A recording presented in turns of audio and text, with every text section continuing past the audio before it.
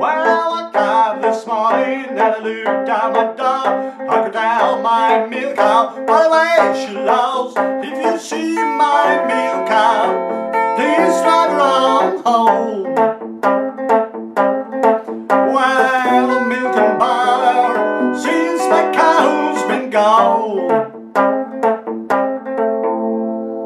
Hello everyone, my name is KP Nash, and with the most important part of my today's outfit being the Sun Records cap, we are going to talk today about Milkcow Blues Boogie by Elvis, Scotty and Bill. It has this gorgeous riff.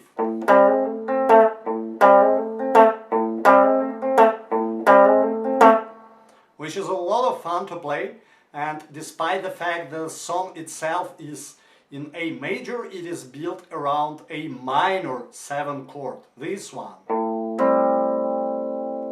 So just 2 strings, 4 and 3rd fretted on the 5th fret, and the open low A string. The first part of this riff goes like this.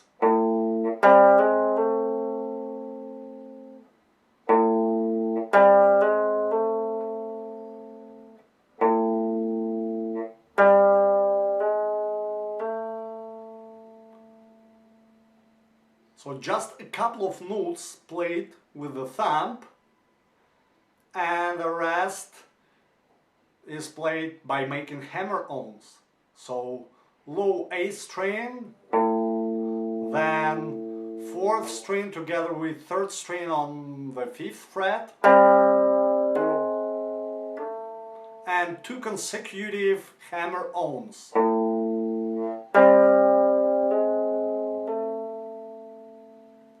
And then the second part of the riff.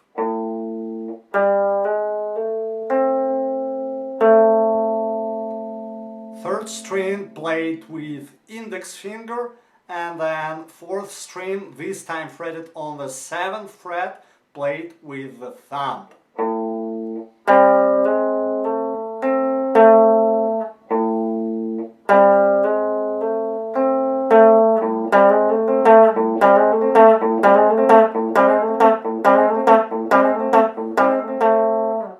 And then it's time to move to D, or actually D9, or in fact not even D9 but D9 with A in the bass.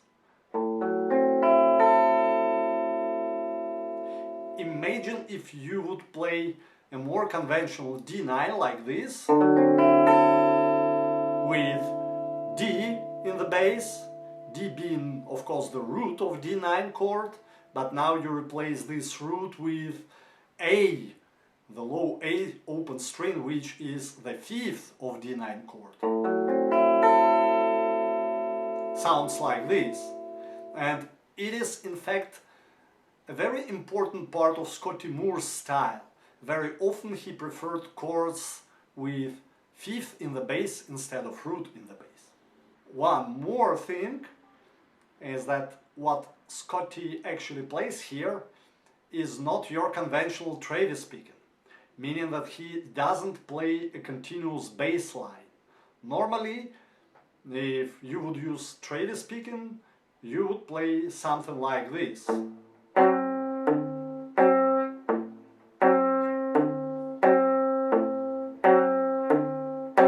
I'm talking about the bass line, of course. However, Scotty skips a good part of these bass notes, and his D9 lick is something like,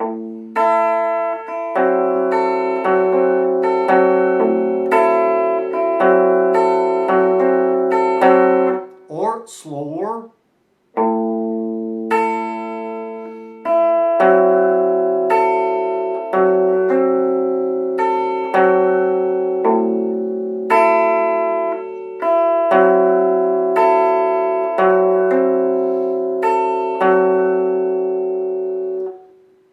as you can see, there is just one low A in the bass, then a couple of melody notes, then the bass note on the 4th string, again the bass note on the 4th string, and again the bass note on the 4th string.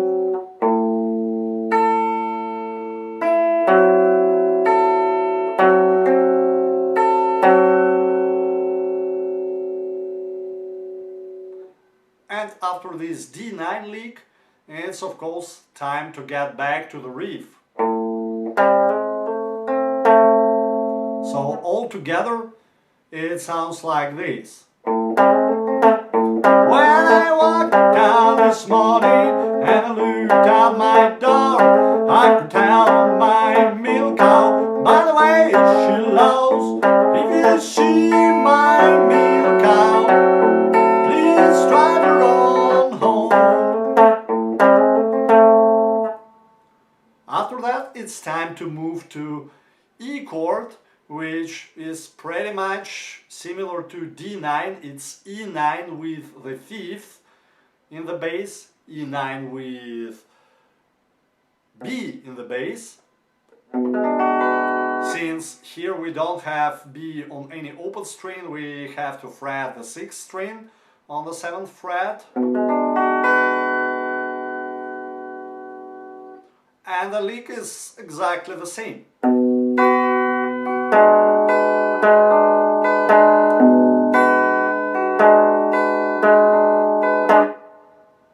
So if we start from D9, it would sound something like, if you see my Milkcow, please drive her on home.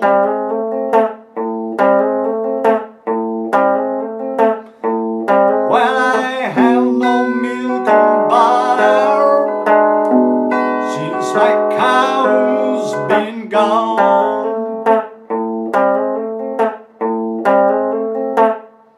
So, as you can see, back to the riff. Okay, now let me probably show you the intro of the song. It goes like this.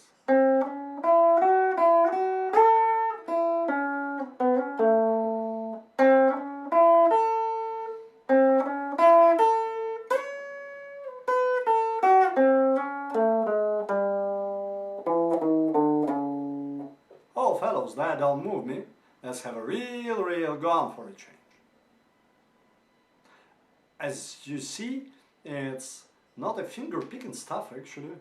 It's a single note jazzy melody line, and if you don't have much of experience learning these kind of things, you might find it challenging to play it precisely rhythmically, keeping all of the rests and that kind of stuff.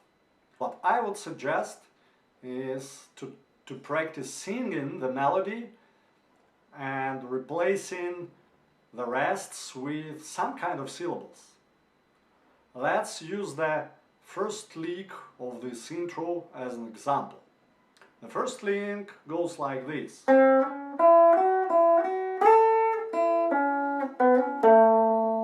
In fact, if you listen closely, you might have an impression, I have the same impression, that actually Scotty played a wrong note when sliding here to this A note. He did it not like this, but something like this. So he went one fret above. But I might be wrong, and you know, Scotty Moore is anyway Scotty Moore. So let's concentrate on the rhythm of this lick instead. If we try singing together with playing, it will go like this. Do, do, da, da, da, da, da, da, da. And now let's try to replace a rest, which is in fact not a rest but a longer note, but anyway it's a longer note, so you don't play anything while it keeps ringing. So let's try to add some syllables to help us, and it will be something like wa do da da do da da da da da da da. Wa do ta ta do ta Wa, da, da, da, da, da. Wa, do, da, da, da, da, wa, da, da, da, da. Now we have one more rest. Wa, do, da, da, da, da, wa, da, da, da, da, da, da, da, da. Wa, da, da, da, da, da, wa, do, da, da, wa, do, da, da. So 2 times the same lick. Wa, do, da, da, do, da, da, da, da, da, da, wa, da, da, da, wa, do, da, da, da, da, da, da, da, da, da, da. That's too low for my voice, sorry. So let's look once again a little bit slower into this last part. Wa, do, da, da, da, da, da, da, da, da, da, da, da, wa, da, da, da.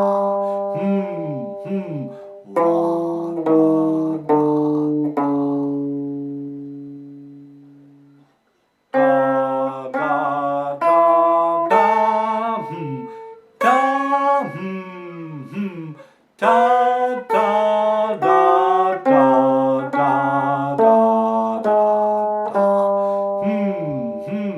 Wa, da, da, da.